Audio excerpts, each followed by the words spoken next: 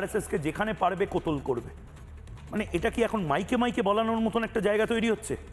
আর এই সমস্ত কিছু দেখে শুনেও আমরা দিল্লি, মুম্বাই, পুনে, নাগপুর, হায়দ্রাবাদ সমস্ত জায়গায় জাস্ট রিল্যাক্স করব? তো গ্রামগুলোতে এভাবে মাইকে মাইকে এবার কি বলার নতুন স্টাইল তৈরি হচ্ছে? শুনি এবং তারপর অরিন্দম দাদার কাছে যাবো। এই রাজ্যে যেখানে বিজেপি বা আরএস পাও সেখানে কতল করে কোনো কথা হবে না।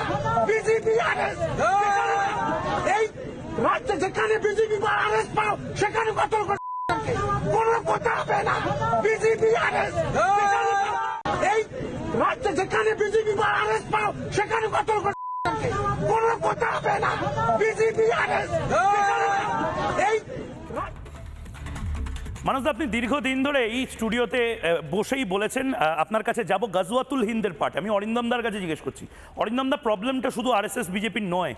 আমি আবারও বলছি, লগ্নজিতা আরএসএস ছিল না, লগ্নজিতাকে সেকুলার গান গাইতে বলা হতো। লগ্নজিতা তো ইনফ্যাক্ট সবচেয়ে বড় ফেস ছিল নো ভোট টু বিজেপি আন্দোলনের। প্রবলেমটা এখন নির্দিষ্টভাবে একটা পকেটে নেই, আগুনটা ছড়িয়ে পড়েছে। 6টা ডেট বলবো। 1 জানুয়ারি থেকে 18 জানুয়ারি শ্রীনগর থেকে পেহেলগাঁও রাস্তায় রাস্তায় বলা হচ্ছিল রালিব গালিব চালিব, মৃত্যুবরণ করো, নয় ধর্মান্তর হবে অথবা চলো পালিয়ে যাও। তার সঙ্গে আগে তখনও পণ্ডিত খতম শুরু হয়নি, প্রথম হিন্দু খুন করা হয়েছিল তো কাশ্মীরে শ্যামাপ্রসাদ মুখার্জিকে। তারপরে অদ্ভুত কিছু ঘটনা ঘটে। ভিন্দ্রানওয়ালে যখন খালিস্তানি বিপ্লব করে তখন অসাধারণ তার সমর্থনে শ্রীনগরের মুসলিমরা আমিরা কাদালের হনুমান মন্দিরে হামলা চালায়, ঝিলম নদীতে হনুমানের বিগ্রহ ফেলে দেয়, পুরোহিতরা প্রহিত হন। দ্বিতীয় ঘটনা, ইন্দিরা গান্ধী নিহত হলে শ্রীনগরের রাস্তায় বাজারে হাটে স্কুল কলেজে উৎসব পালিত হয়। তার ঠিক আগের বছরেই ইকবাল পার্কের জনসভায় প্রধানমন্ত্রী ইন্দিরার বক্তৃতার সময় একদল সামনের সারির দর্শকরা নিজেদের যৌনাঙ্গ উন্মুক্ত করে বসে থাকে। 1983 13ই অক্টোবর, আমার খুব ভালো করে মনে আছে, ব্ল্যাক অ্যান্ড হোয়াইট ক্রিকেট, তখন স্বরূপ কিষাণ আম্পায়ার ছিলেন। ইন্ডিয়া আর ইয়ের খেলা হচ্ছিল ওয়েস্ট ইন্ডিজের, পাকিস্তান ছিল না। সারাক্ষণ ধরে পাকিস্তান জিন্দাবাদ স্লোগান দিয়ে যায়, বেঙ্ক সরকারকে আতখাওয়া আপেল ছুঁড়ে মারে, গ্যালারিতে পাক পতাকা ওড়ায়। 1986 শারজায় অস্ট্রেলেশিয়া কাপের ফাইনালে চেতন শর্মার শেষ বলে ছক্কা হাঁকানোর সঙ্গে সঙ্গে শ্রীনগর উপত্যকা উৎসবে মেতে ওঠে। হয়ে গেল। এবার বলি আমাদের পশ্চিমবঙ্গ না অখণ্ডবঙ্গের কথা। মোহামেডান ক্লাব 1932 থেকে 38 কলকাতা লিগ চ্যাম্পিয়ন হয়। 28 মনে করে রাখো, খুব ইন্টারেস্টিং সময়। আজাদ বলে একটি পত্রিকা ছিল মুসলিম লীগের। 25 জুলাই সেখানে মোহামেডান ক্লাবের ক্যাপ্টেন কায়ুম খান বিজ্ঞাপন দেন ঠিক রালিব গালিব চালিবের মতো, কাফের হটাও, পাকিস্তান দাও, নয় গো পালাও।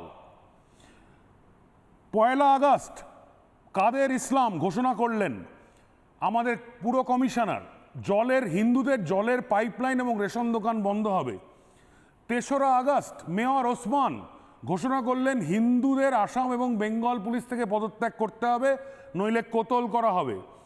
8ই আগস্ট, খুব ইন্টারেস্টিং নাম ময়ূক, দেখে রাখো, আজাদ পত্রিকায় লিখলেন খাজা নিজামুদ্দিন এবং জ্যোতি বসু, বললেন ততদিন অবধি ডিরেক্ট অ্যাকশন চলবে। প্রাক্তন মুখ্যমন্ত্রী জ্যোতি বসু না অন্য কোনো? আমার তো তাই মনে হচ্ছে, জ্যোতি বসু তখন একজনই ছিলেন। যতদিন হিন্দুরা না পালিয়ে যায়। 12ই আগস্ট একদম প্রধানমন্ত্রী সুরাবুর্দি বললেন, দায়িত্ব নিয়ে বলছেন তো, কারণ অনেকে বামপন্থীরা কিন্তু ডিফার্মেশন করতে পারে আপনাদের। রাজি আছি, আজাদ পত্রিকা দেখতে পারেন। তো মুসলিম লীগ কংগ্রেসের ক্যান্ডিডেটকে অপহরণ করে। 12ই আগস্ট সুরাবুর্দি বলেন পেট্রোল হিন্দুদের ইস্যু করা যাবে না। আর 13ই আগস্ট রমজানের জুম্মাবার, যে শুক্রবারের কথা এখনকার মহামায়া বলছেন, যে সেদিনকে আমাদের লড়াই শুরু হবে যতক্ষণ পর্যন্ত না একটি হিন্দুও কলকাতায় থাকতে পারে। ডিরেক্ট অ্যাকশন ডে, কলকাতাকে ছিনিয়ে পাকিস্তানে যুক্ত করতে হবে। বেশ, ঈদের কাছ থেকে তুমি কি আশা করো? আমি নানা ধরনের কন্টেন্ট দেখার জন্য লাইক করুন, শেয়ার করুন আমাদের ফেসবুক পেজ, সাবস্ক্রাইব করুন আমাদের ইউটিউব চ্যানেল।